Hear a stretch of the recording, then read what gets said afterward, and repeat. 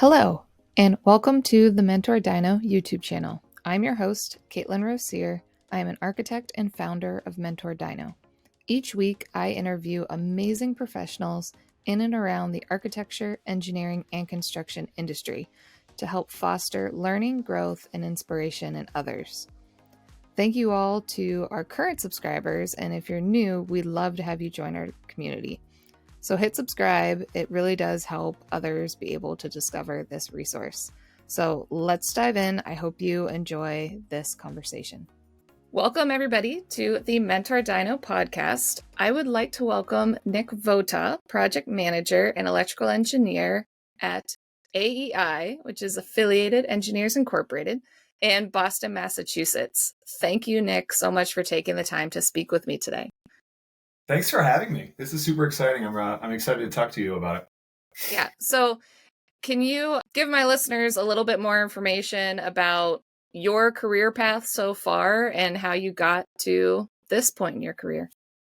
Sure. It kind of starts off a little bit at the beginning. I'm from Indiana originally and went to school there. My family actually has a family business, Votaw Electric in Fort Wayne, Indiana. And summers going through school, going to Purdue University, I actually was working in the field for my dad's company as basically an electrician's apprentice. So did that for 4 years in the summers growing up. My dad had kind of steered me into, going to school and either becoming an architect or an engineer. He said that there's some creative, thoughts that he thought I had some creativity in my wheelhouse. And naturally with Votaw Electric, kind of family business, it was a business my grandfather started. My dad and his two brothers, so both of my uncles, are involved in it. They're slowly ramping that down. My dad just semi-retired in September, and I think he's going to fully retire at the end of the year. But went to Purdue as an electrical engineer. The interesting thing about, I think, some of the electrical engineering training in a lot of the schools right now is they don't really train you for the AEC and kind of electrical, like the building electrical side of things. It's more kind of on the tech side, software development, microchip design, that kind of thing. And I knew I always wanted to get more into the power side and the building power side. So going through school was a little bit of a struggle for me, knowing where I wanted to go, and some of the lessons that I was learning in school were not always getting me there. So I graduated. What's that?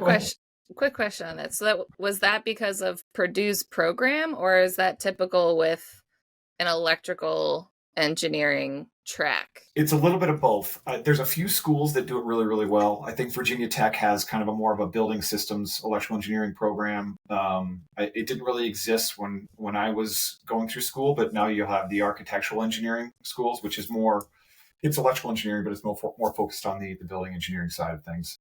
Okay. I've never looked into it, so that's why I was curious. But it was, you talk to a lot of engineers, electrical engineers, and they have the same thought. If you're in your typical electrical and computer engineering courses, that's what that's kind of the training that you get. So, and it's not like it's not useful. It's, kind of fast forwarding. Mm-hmm. Well, maybe we'll get to this a little bit more. There's times where I go back to it, and some of that theory that I learned in school from the books, it still comes up in some of the unusual electrical engineering challenges I find today. And so I really get a chance to geek out on that, which is fun, and dig into it and go back to my training, to my schooling. But most times it's more bigger picture stuff, big wire, big equipment, things like that. So anyway, kind of going back to introducing myself, when I graduated, no, that's fine. When I graduated from Purdue, we won't talk about my GPA, but I did graduate. I do have my diploma. So when I graduated, I didn't want to be in Indiana anymore. I kind of said, I want to get the hell out of Indiana. I want to see something bigger. And as much as I really wanted to go back to work for the family business at one point, I really was concerned about nepotism and kind of proving myself versus having something that was kind of more or less handed to me. I wanted to go out and work for it and prove to myself that I could do it. So at that point, like 20 years ago, We're not counting GPAs or years. It's fine. We're not counting GPAs or years of experience or gray hairs, anything like that. But about 20 years ago, the economy was not great. And so I was sending my resume to anybody that would take it. And I had 2 job offers or 2 interviews off those resumes. And one was in Indianapolis, and the other one was TRO, the Ritchie organization in Boston. So first time I'd ever been to Boston was on my job interview. They flew me out there, went for the day, was wowed by the old mill building that had been turned into an architectural office, and just thought it was really cool. Had a really laid back kind of informal job interview with my the guy that ended up being my boss. And then, on the other hand, the other job interview I had was 10 people in a round table just peppering me with questions. And they actually knew my father's business. And so to me, that was kind of everything. I said, I'm going to move to Boston. And the plan was, I'm going to go to Boston. I'm going to get my professional engineering license.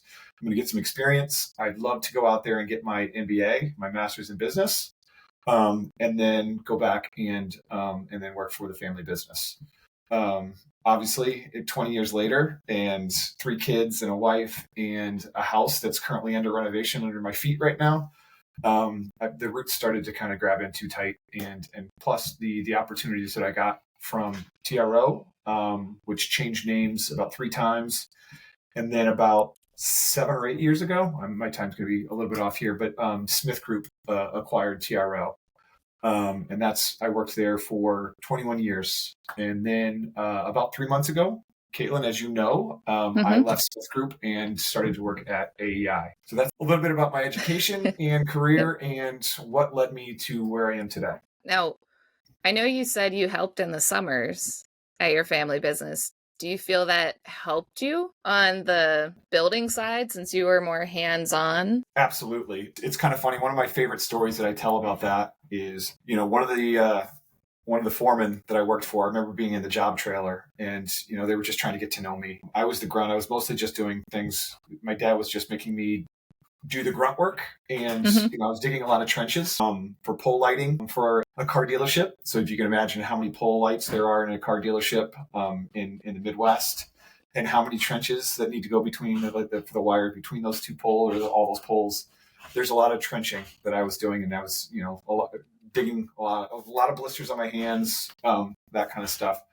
But I went back to the job trailer after one of these on one of our breaks, and the foreman asked me, he's like, "So what are you going to school for?" I said, "Electrical engineering." He goes, "Oh, okay, really?" He goes, "Come over here." And he showed me the plans. He goes, "When you become an electrical engineer, don't do this, and don't do this." So it does give me a little bit of street cred when I do talk to facilities guys and say, "Hey, I've actually pulled cable. I've done this. I know what it takes. I know how hard it is to get above the ceiling and run conduit, to a certain level." So yes, it has helped. Yeah, I know. I give advice a lot to those studying architecture. If you can't find an internship somewhere, go ask a contractor. But I also look back to me as a young female, and I took drafting courses. I was the only female in the course, and then having the balls to go reach out to a contractor and get on board. I don't think I would have had the guts for it, but talking to a lot of the contractors today, they'd be all for it. And I'm thrilled to see women summer interns on job sites, but I like to see more architects summer intern at job sites. So then they can see how things are built and put together, and it changes how you think about designing. It's interesting to me too, and certainly things have changed quite a bit. I do think it's still, unfortunately, a little bit of a male-dominated industry at times. But I am really, encouraged by the fact that even going on job sites, I don't know if you've seen it, but in the last 5 years, the number of female construction workers that are out there, or project managers, it seems to have blown up, which to me is a really good sign about things that they're changing in the right direction. And even trades, I'm seeing actually a lot more women electrical subs. And I'm like, oh, I'm thrilled when I see somebody. I'm like, oh, okay.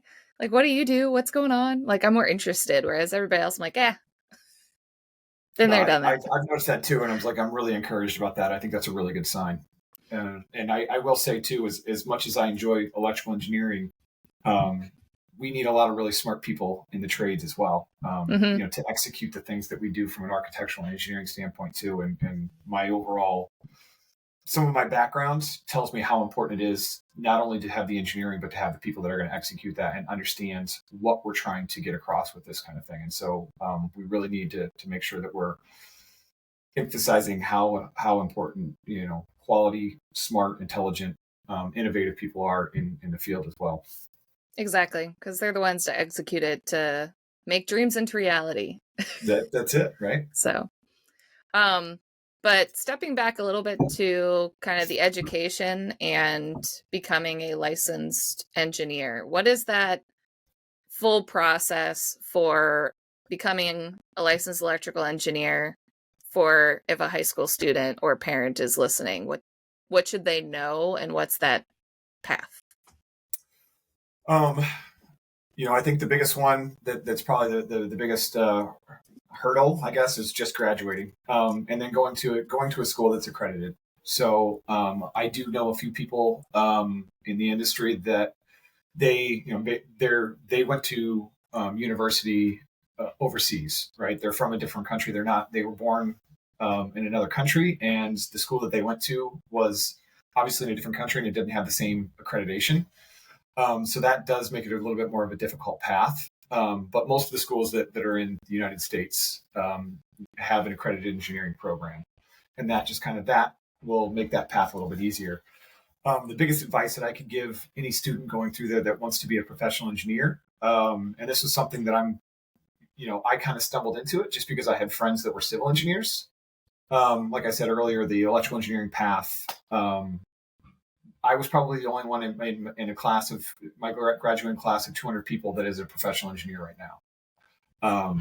And so the training wasn't there. It wasn't that pathway wasn't, openly advertised. And so when the fundamentals of engineering test came about in, your last semester, you're allowed to take the fundamentals of engineering test your last semester of college. It was not advertised in electrical engineering courses. The only way I knew about it is my civil engineering roommate had, they were up on the boards in each of the classrooms and say, hey, the fundamentals exam is here. There's a training session here, on this date and time. And so he dragged me to it because he knew that this was the path that I wanted to go into. So just to me, that would probably be the biggest thing is if you know that you eventually want to become a professional engineer, is look for those things and make sure you're aware that you can take that fundamentals of engineering exam your last semester. And that's the FE. That's the FE. Yep. For those that hear acronyms, wasn't until I joined an AE firm that I really started to learn about the engineering process. So that's the first exam. That's the first exam, and I think even if you look at my license too, way back when the other acronym that you sometimes hear is EIT. Yeah. Which is engineering training. I don't think that's as widely used, and now it's the FE or the fundamental of engineering.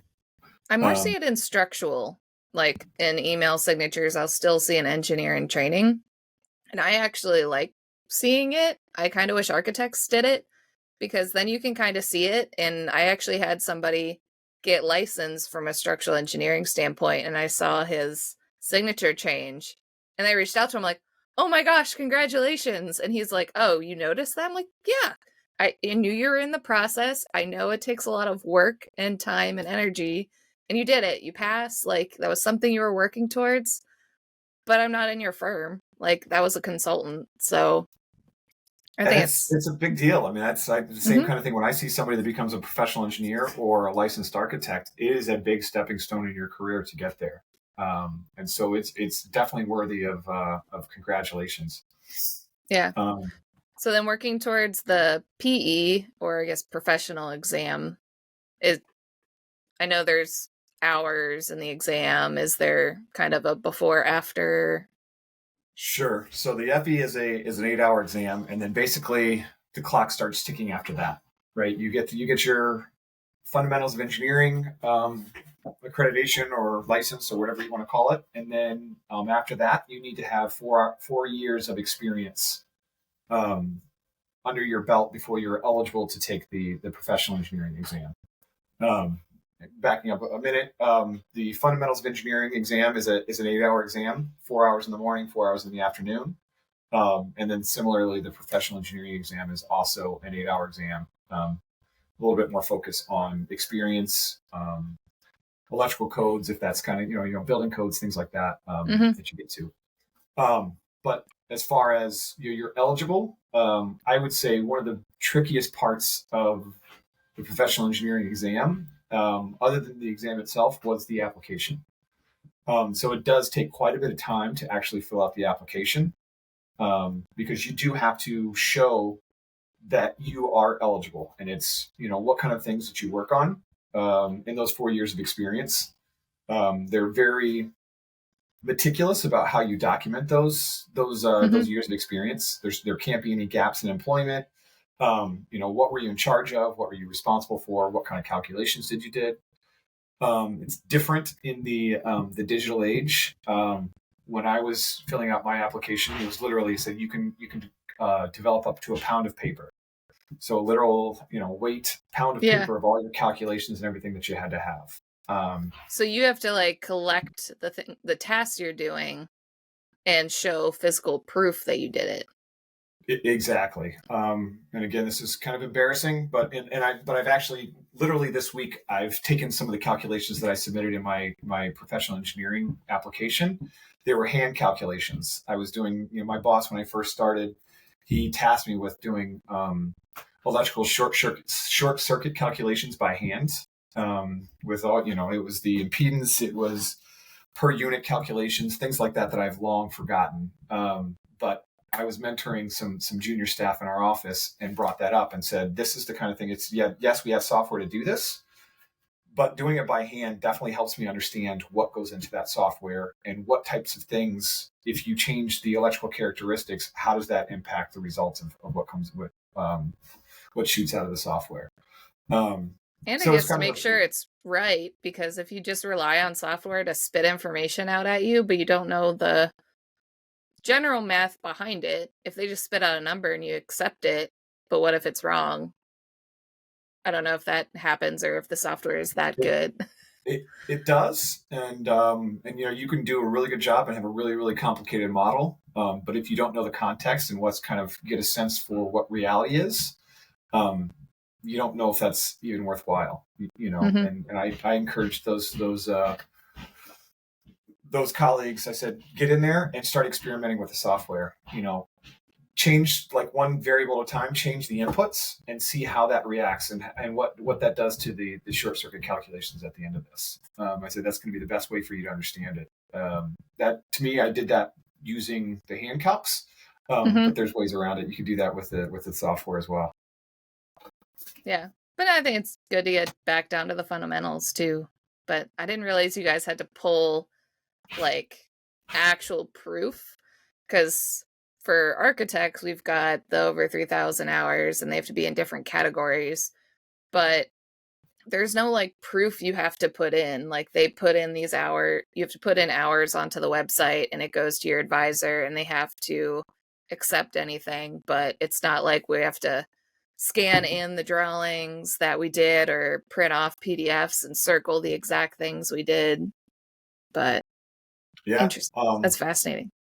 I still have. I scanned it all in and I have it just because I think it is kind of interesting. And it's all handwritten. And anybody that knows me knows that my handwriting is awful. That people joke that sometimes it looks like my handwriting that I've been writing with my feet.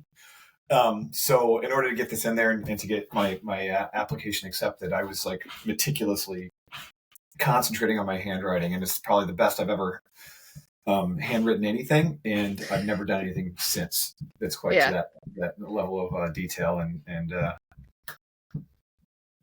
you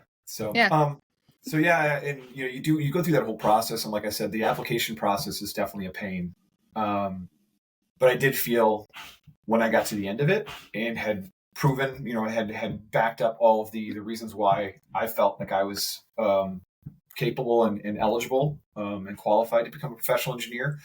It was a little bit of a self-satisfaction at the end of it, and said, hey, I am ready to do this. I'm ready to take this test. I have some really good experience, and look what I've done. So that part of the process was painful but rewarding at the end of it. Yeah. Do you have any advice for somebody in the midst of studying and collecting everything for their PE right now, if they need some motivation? Or yeah, I guess the biggest thing is, after you take your fundamentals of engineering course, start collecting things right away. I think it is kind of easier, right now, but I was lucky that I stayed at the same firm for the entire time. So I was able to pull things I had access to all the folders and things like that. I do know people that have moved, or, I mentioned earlier, a friend of mine that didn't go to an accredited college. If you don't do that, sometimes instead of the 4 years, it may be 8 years or 10 years or something like that. There's a different criteria for the years. The accredited school is the easiest path, but there is other alternative paths to get to your professional engineering license. But he had changed careers multiple times in that whole time frame, and so collecting all that information to prove that he was qualified to take the professional engineering license was definitely more challenging for him. So right off the bat, if you think it's going to be something that you worked on that's cool, put a folder on your personal OneDrive or whatever it is, and just start putting some of that stuff onto it. And it's probably going to help you in more ways than just preparing for the professional engineering license too. And then I said the other advice too is, it's an 8-hour exam, and it's pretty grueling. So preparing for it and cramming for that type of a test is not going to lead to a lot of success. That's usually the way that I would do things is to cram, wait for the last minute. Nothing gets done until the last minute, right? My advice is to at least start a couple months out beforehand and really start to do a little bit every day. When I was doing this, I remember being in TRO's office and 5 o'clock would hit, and I would pack away all my work stuff, and then I would start studying. And I would do that 2 or 3 nights a week, and I'd do that for maybe an hour or two every night. And I did that. I started, I think, 2 months before the actual exam. And just kind of going through practice problems and practice tests, things like that. So that would be my advice. Is the test is a little bit daunting, but it's less so if you're prepared for it. And that's probably a lesson for not just the professional engineering license, but just for anything, any kind of meeting or any important task that you're trying to go to. It's a lot easier to deal with if you're prepared for it. Yeah, I know I give a lot of advice for those studying for the architecture registration exams, and they struggle to find time to study. And I'm like, it's better to squeeze out 20 minutes of studying every day than feeling like you have to do 2 hours every day. If you can gain some extra hours, great. But if you only have time for 20 minutes, hey, you learn something in 20 minutes. So the other advice too, do it as early in your career as you possibly can, because your responsibilities at work and home get more and more, and finding that time to study gets more and more difficult. It is, think you don't have time now. It gets worse a lot of times. As somebody that has 3 children and coaches a lot of youth sports and have some demands at work as well. I don't know if I could have the time, right? It would be a lot more challenging if I was going to try to study for the PE at this point in my life and career. Yeah. Now, getting into the actual day-to-day engineering that you're doing now, is there a biggest challenge that you face as a building electrical engineer? That's an interesting question. I think that the easiest way for me to answer that, the biggest challenge for me is the engineering at this point in my career kind of comes easy. And the biggest challenge that I have, I joke about this quite a bit. The engineering is easy. Managing people is the difficult part of it. And getting everybody on the same page and in alignment on a common goal and what that goal is. That to me is the biggest challenge. And I even think, Katelyn, the way we got to know each other is working together as architects and engineers. And I can do a really, really good job of being an electrical engineer and have the best electrical engineering design that's ever been put out. But if it doesn't coordinate, it's not integrated with the architecture, with mechanical engineering, plumbing engineering, structural engineering, then it's no good. So that's the most challenging part, is trying to find the greater good. I have a lot of lean training, and I pump these kind of words out all the time, but optimize the whole, not the parts. So I don't want to just optimize just the electrical engineering part of it. I want to optimize the entire building design. And so what's going to work best with the architects and things like that. That was the most challenging piece, or that is the most challenging piece. I also think it's the most rewarding because when you get it right, it's super fun. Yeah. I definitely agree with you there because I feel like I teach more of the young professionals to over coordinate and over communicate more than teaching the architecture, because they'll learn the architecture, but it's that communication coordination that it's like you got to beat it into everybody, because engineers don't go to all the design meetings, and then you guys don't tend to get the, oh wait, now we're going to change this whole area. So I'm like, if we're going to change an area, go notify all your engineers right now to not touch this zone so you don't waste your time. And so it's just trying to get to that communication and coordination structure, because when things can be well coordinated, then it makes construction a lot more fun. Like, you're more proud of the work. So definitely agree with you there. What types of projects have you worked on throughout TRO, Smith Group, and now AEI? Yeah, a little bit of everything. I mean, most of my career at TRO and Smith Group was focused on healthcare. And I've done a little bit of everything, from the project that was in construction that I'd spent a lot of my career on was a replacement hospital. So 1 million square feet of replacement hospital. I was the electrical engineer starting off with it. And because just iterations of the building design and the town that it was in, rejecting the project in their own town. So it actually, the project moved and went to the next town over. But the overall replacement hospital design probably took about 10 years overall, and lots of iterations. And so my career and my career growth had changed a lot in my title. I was started off as an electrical engineer. At the end of it, when I was doing that, I was pretty much the MEP project manager, principal in charge to have the overall engineering of that project get executed. So that was probably a huge learning opportunity for me. But I've done everything from replacement hospitals to replacement. One of the ones that we joke about was a kosher closet. So it was in that same hospital on the existing campus. They turned just a small alcove into a kosher pantry for the Jewish occupants, or people in there that they could go in there, and everything was set up for, was kosher for them for meals and even for the Sabbath. So I learned a little bit, just things that are just beyond engineering that were pretty cool, like light switches and occupancy sensors. Some of those things that was considered, them walking into it was considered work. So they weren't allowed to have some of those typical engineering components put into that particular space. So it's kind of fascinating to learn not only the engineering piece, but the cultural aspects going into why you design things a certain way. And then are you still doing more healthcare stuff at AEI? Yes, I'm still doing healthcare at AEI. But one of the things that's really re-energized me, in the new opportunities at AEI, is we do a lot of decarbonization work and planning for, electrification and eliminating, trying to get off of fossil fuels. So a lot of academic higher ed campus work that they're asking us to take a look at this, and what is our plan in the next 20 years if we want to be completely off of fossil fuels by 2050?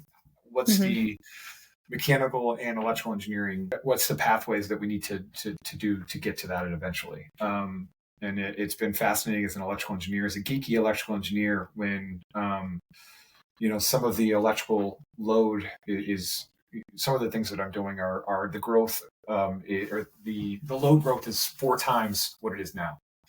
And the challenges that brings upon not only to, the existing equipment within those campuses, but even on the grid. Is the electrical utility capable of doing that? Can they deliver that amount of increased electrical power? So it's been a lot of fun. It feels a little bit like because my healthcare is in healthcare, right? My background's in healthcare. So sometimes it feels like I'm faking it to make it, but I do have enough of a background where I'm kind of surprising myself with some of the things I'm saying. Some of the foundation I have in my career in electrical engineering, it does translate. And, I'll say something and I'll see some other people across the room kind of nodding their heads. It's like, okay, cool. Yeah. Doing something right. It's a lot like testing out different project types. Like, I haven't really done S&T and jumping in and doing a lab, and it is a completely different animal. And I've done years of healthcare experience. And no matter how many years of experience, when you change project types, it's like, crap, what's going on now? And you feel like an intern again and asking really silly questions. I've like, this may sound dumb. I feel like I should know this. And it's been something, I kind of knew this leaving a firm I've been with for 20 years. But going to, people had told me about this a lot, but you go to a new firm and you do have to prove yourself again. Mm-hmm. And so there's a lot of times the first couple of months and even still where just researching things, like I'm expected to know this based on the number of gray hairs that I have and my experience. So I'm going to make sure I'm prepared, or at least have an understanding of what some of these new terminologies are, the new phrases that you hear.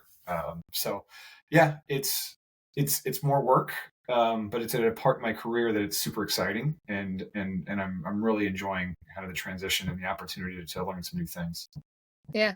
Now, is your work going to expand into the bigger grid system, or is the decarbonization more staying at like the university level and then you pass on? How's that work?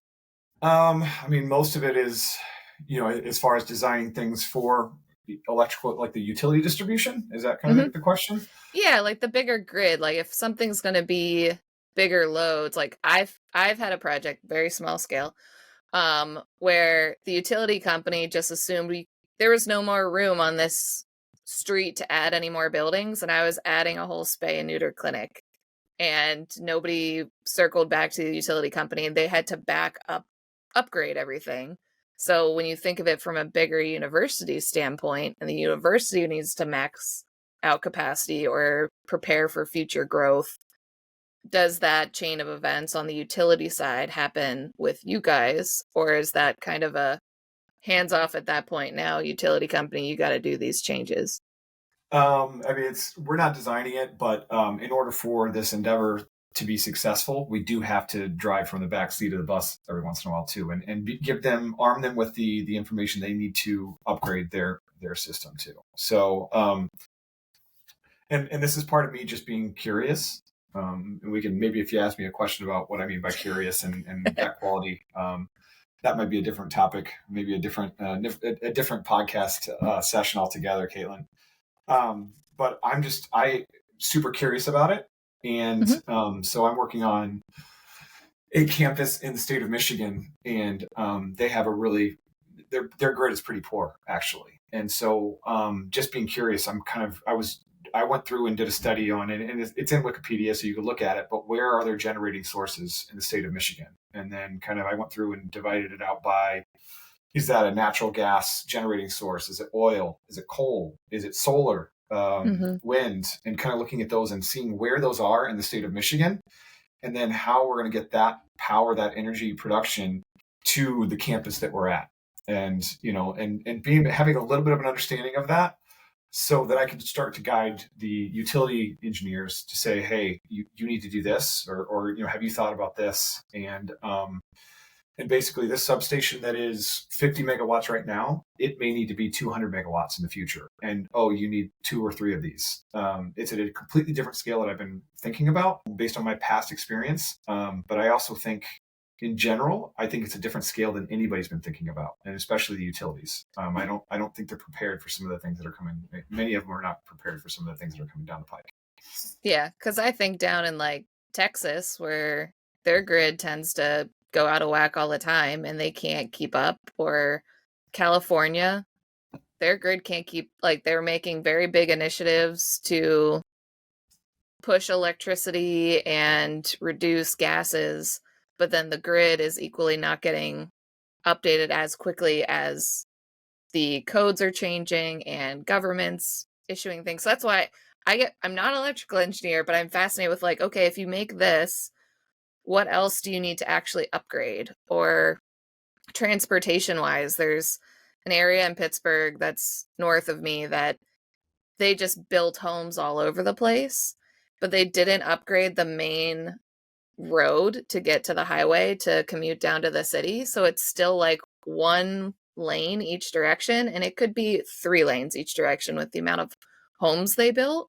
And it's like you just worried about building these homes and making the money, but you didn't take the time to talk to the community to, hey, this is all happening.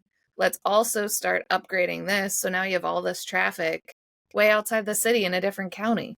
And I'm like, that's like bigger things that I'm always like, I wish we could have a bigger impact to help everybody. I mean, I think that's a similar thought process that I've had, and it's beyond just the basics of electrical engineering and kind of a bigger picture. And I think all the climate change things that people are talking about, and I think it's important that we as designers are looking at that and doing what we can as an industry to address it. But I also think one of the things that we could do if we don't look at some of those things, and resiliency is a big part of electrical engineering. And I think there's a lot of damage we can do if we don't consider some of that resiliency in the electrical grid. I kind of joke, the easiest way to be energy efficient and to lessen any of the emissions from the fossil fuels that are on there is to turn the lights out, right? And not use energy, And so if we're not resilient and we're putting too much strain on the grid that it shuts down, we're going to be really, really efficient and really, there's less emissions, but nobody's going to be happy. So, and I think from a social campaign thing, if this isn't successful with the first big endeavors we do, and they see how, that they go through this and they've completely decarbonized and they've electrified the buildings, but it's not reliable, that bad press could damage efforts going forward. So I think it's really important that we're careful about that. And we do consider resiliency going forward. Yeah, definitely. So I'm fascinated. So you have to keep me in the loop on your projects you're working on.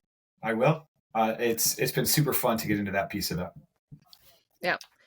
Switching gears a little bit, I want to expand into some organizations that electrical engineers can be a part of, and ones that you've been a part of throughout your career. Has there been any particular organizations that have been very exciting for you or left a really big impact? Yeah, and I will say I'm kind of going through. I'm a member of some professional organizations like IEEE, which is the Institute for Electrical and Electronic Engineers, I believe. I've been part of IES, which is the Illuminating Engineering Society, which is basically lighting. NSPE, National Society of Professional Engineers, and recently I've been part of ASHE, which is the American Society of Healthcare Engineering. So of all those, IEEE is a huge organization. I think I joined that when I was in college as a student participant or a student member. I haven't gotten a whole lot out of that, to be honest with you, other than they do have pretty cheap life insurance. So I have that I've used that to maintain some life insurance. IES, lighting is not really my gig. It's an important part of it, but I don't have a real big interest in some of the lighting pieces of electrical engineering. So I'm no longer a member of IES. National Society of Professional Engineering and the Massachusetts chapter of that, I was able to do some really cool things with that. And a lot of it is just kind of hands-on stuff. I think if you're going to look for an organization that's going to do something kind of what we talked about earlier, and interning and getting on construction sites and seeing things in person, that gave me an opportunity to see some really cool things like the water treatment facility at Deer Islands. We toured that with Massachusetts Society of Professional Engineering, and kind of, what does it mean from an engineering standpoint? How do you process water? Even they have the big digesters. So some of the waste that they get from, cleaning up the water, it goes into those big digesters that maybe if you're flying into Logan Airport, you see those big egg-shaped tanks. Yeah. That's what those are. And that's just basically just waste. It's biological material that's in there that they let digest and decay, and they turn it into methane gas that they use as energy, as fuel. So that's what that is. And never would have known that unless I had gone into that tour. Wasn't able to, but over by the Boston office of Smith Group, kind of across the channel, there's an old power plant that they're converting into I think it's some kind of residential and commercial type things. But they had huge electrical generators in there, and before they started tearing it down, the Society of Professional Engineers toured that facility too and said this is part of the transition of going from fossil fuel burning equipment to some of the other sources that they have, and this is what they had. This is the infrastructure that was in place. I wasn't able to do that, but I heard that tour was really cool too. Yeah, definitely seeing where it came from. Yep. So those are the big ones. I think you start to get into a little bit more of a business development type, and some of those organizations will put you in place or put you in position to talk to building owners, talk to facilities directors. So that's kind of more of the American Society of Healthcare Engineers. So I've just recently joined that organization. Yeah, so a little bigger cross discipline type organization.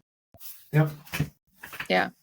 And then I always like ending my podcasts with, what advice do you have for young professionals just starting their career? As kind of the big summary. I give this advice probably about once every 2 weeks because it's probably the best advice that I ever received. It's don't skip steps. Right. And what that means to me is, as you start off in your career, embrace it. Right. You're there for a reason and everybody's been there. You don't have to stay there. You don't necessarily want to stay at that development stage, but it's important to build the foundation of what it is to be an architect, an engineer, and to build that foundation. A lot of people want to rush into the next step and, into management or whatever that may be. But what's going to make you a successful manager or whatever, project manager or leader or whatever it is having that foundation and being able to understand what the people that are on the production side are doing and what's going to make them more effective. A lot of times I'll see some people that rush too fast and don't have that foundation. And it's a challenge for them at times. I don't know. Have you seen that same thing, Katelyn? Yes, but sometimes you don't have a choice. Sometimes you don't have a choice. I 100% agree. I usually, with the don't skip a step, I like that advice. I usually say have patience. Yeah. Because everybody just wants everything now. They want to jump up. They want to make more money now. They want to do things. They want to, on the design side, they want to have full ownership because in school they design a whole building. Whereas when you start out, you're drafting and figuring out the details because you didn't figure out that foundation in school. But then they're impatient and want to be doing the big design. But if you don't know how a building goes together, then you don't know how to make it actually work. But I think the struggle part of taking step by step is I see a lot when people leave an organization and shift and project teams don't get infilled with either if a project manager leaves or project architect, they don't go backfill those positions. And a lot of the times become stretch opportunities because I do find them opportunities for younger professionals to grow. Mm-hmm. But it can also create those big stressors in a career if the firm's not managing and understanding who's in a stretch position. Right. That maybe they're not ready for that step, but you may not have a team member that has bandwidth to infill. So that's where it's like, you need to be patient, but I think maybe understand when you're pushed into trying to skip a step that you are in a stretch role and you need to be asking even more questions and be more curious. So I agree with the step by step, but it can be a challenge. Well, you prompted something. Another thing that I think is really good advice. I'll take a step back. Before I get to that, the part that I think is interesting about the don't skip steps and where I'm at my career right now, I don't have the time in my career to go back and research things the way I could when I was a junior engineer, right? And so that's part of it. And because of my experience, because of the number of gray hairs I have and the position I sit on some of these projects, I'm just expected to know it, right? And if I had skipped those steps earlier, then I wouldn't know it as easy, and I wouldn't have the time to go back and research it. So that's kind of what I'm getting at with that is embrace it, go there, and make sure that you're being patient. I think it's a really good way to put it, Katelyn. The other one that I said that when you started to talk a little bit about that is in stretch roles. And this is what I'm trying to at AEI. I've been really kind of focusing on this a little bit too, but is to try to encourage failure, but not just like bad failure, intelligent failure. Yeah. The fastest way to learn is always when you're kind of making mistakes. I've very rarely learned things by getting something right the first time. Most of the time I learn the most by those oh shit moments, right? It's like, oh, I could have done that differently. Now I have to learn, how do I get out of this? And not get out of it, how do I correct this? How do I fix the problem that I got into? So that to me is, there's a really fine balance in management and leadership, and how do you stretch somebody in their career, but also not to the point where it's going to lead to too much frustration and penalizing them, and also damaging to the firm. You take too many risks on those things that are going to cause us, errors and emissions lawsuits and things like that. So there's a fine balance of stretching people, and staff, but also not doing things that are going to be too risky. Yeah, because there's no perfect project.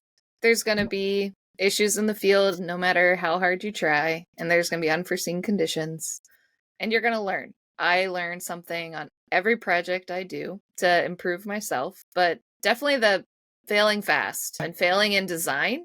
So then you fail and catch it in design, and not fail and catch in construction all the time, because if you do that all the time, it does hurt the firm in the end.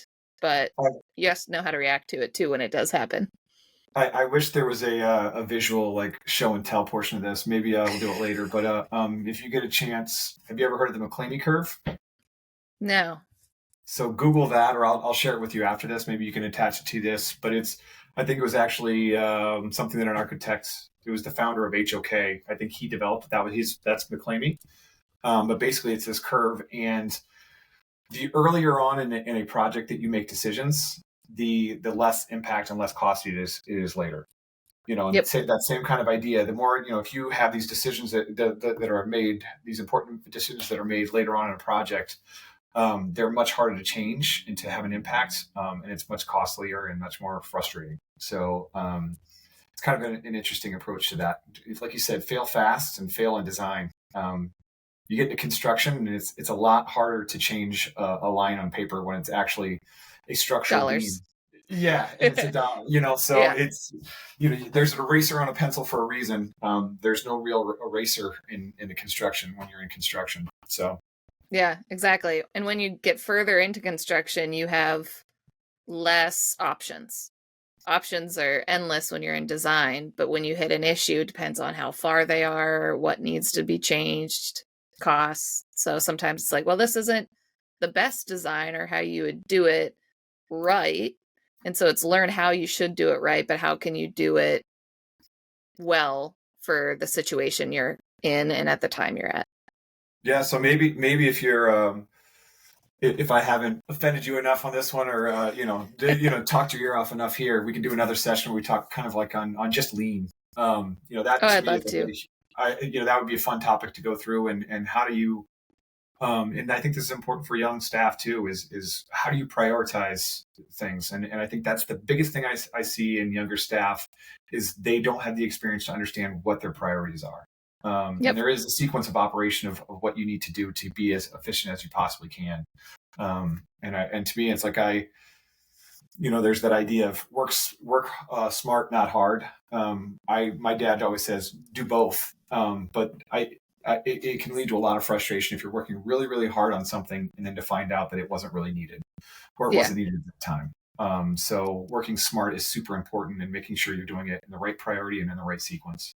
Yeah, I teach prioritization, time management in my professional development courses, because for a young professional, if you could be told to do something, but if you don't understand you're in schematic design or DD, but you take it to a CD level, then you spent all that time getting all the way out here, and then you got to backtrack it because you went too far, and now they changed things. So it's prioritizing how much you should do, but then also prioritizing if somebody gives you a bunch of tasks, and if oftentimes it's from different project managers and they both want the same deadline, you got to have the intelligence to go back and say, which one is more important? Or can one of them flex? I know you want it by noon today, but can I give it to you by the end of the day? So then you're not killing yourself, because you'll make more mistakes, like have time to complete your work. But they don't learn that in school, and then oftentimes get a bunch of stuff thrown on top of you when you start your career. So you said another piece of advice there, kind of that is communication. I think anytime that something usually fails, it usually has something to do with something being miscommunicated or undercommunicated. And then the other one too is that mistakes are natural; they just happen. Everybody does them. But when you do, own it, and communicate it and say, the sooner you communicate that there was a mistake that's going on, the faster somebody can fix it. And again, that same kind of thing with the Macleamy Curve, the sooner you fix that mistake earlier on in the process, the less impact it's going to have. So again, there's a book I'm reading about the right way to fail, right? And the right kind of wrong is what the book's called. And that's one of the things that they talk about. Yeah, I can put the book down below and the Macleamy Curve. I have all kinds of links and resources I can give everybody from our discussion today. Have I talked your ear off enough, Katelyn? No, I'm ready for our next session and talk lean, because I'm a Lean Six Sigma black belt, and so I love. I don't have any formal training. I'm just a student of it. So. Yeah, no, I love it. I love processes and systems, so that's where I dove into getting certifications that way, and just seeing how I can get stuff in my workflow and trying to work smarter, not harder. Yeah. Getting the most out of our teams too. That's a big passion of mine is, let's get the most out of our teams and less frustration. How do we provide more value to our staff and to our client? And have some fun doing it, because this is a fun profession. It doesn't have to be. That's my biggest thing. Maybe I said it when we were working together, but we could have a lot of fun and have a lot of laughs doing some pretty serious work. Exactly. And that's kind of my mentality on things. Yep. Well, if anybody wants to talk to you more about anything or learn more, is there a good way that somebody can reach out to you? Sure. You could certainly share my email address. I'm on LinkedIn, so they can reach out that way. Yeah, I'd love to hear. I'm still very much learning on everything I'm doing. That's the best part of my job, is that I don't have it all figured out. And so I'm happy to teach, and I think sometimes the best way to learn is to teach. Yeah, anybody wants to reach out, I'm happy to talk about any of this kind of stuff. Maybe it's the caffeine, the coffee that I've had, but I'm talking pretty fast, but I am pretty passionate about this kind of stuff. Yeah, definitely. I'll put all the links below that we've talked about, different organizations, your email, and a link to your LinkedIn. So anybody in Boston can go find you if they want to tour AEI's office or see what you're working on. So yeah, absolutely. Please do. And Katelyn, let's keep in touch. This has been a fun conversation for me, and you've kind of piqued my interest in some of the stuff that you're talking about. So let's continue this, whether it's another session or just on the side. Hey, I am always up for more sessions and diving more into other details. So perfect. Thank you so much for having me. I hope you enjoyed our discussion today. Check out the description below for any resources, links, and contact information we discussed. Did you like the conversation today? Is there something you'd like to know more about, or a topic I should cover? Leave me a comment below, and I will see what I can do to best answer your questions. And if you haven't done so already, subscribe to the channel. It does really help others be able to find this resource to have larger conversations. So leave me a comment and subscribe. I really appreciate your support.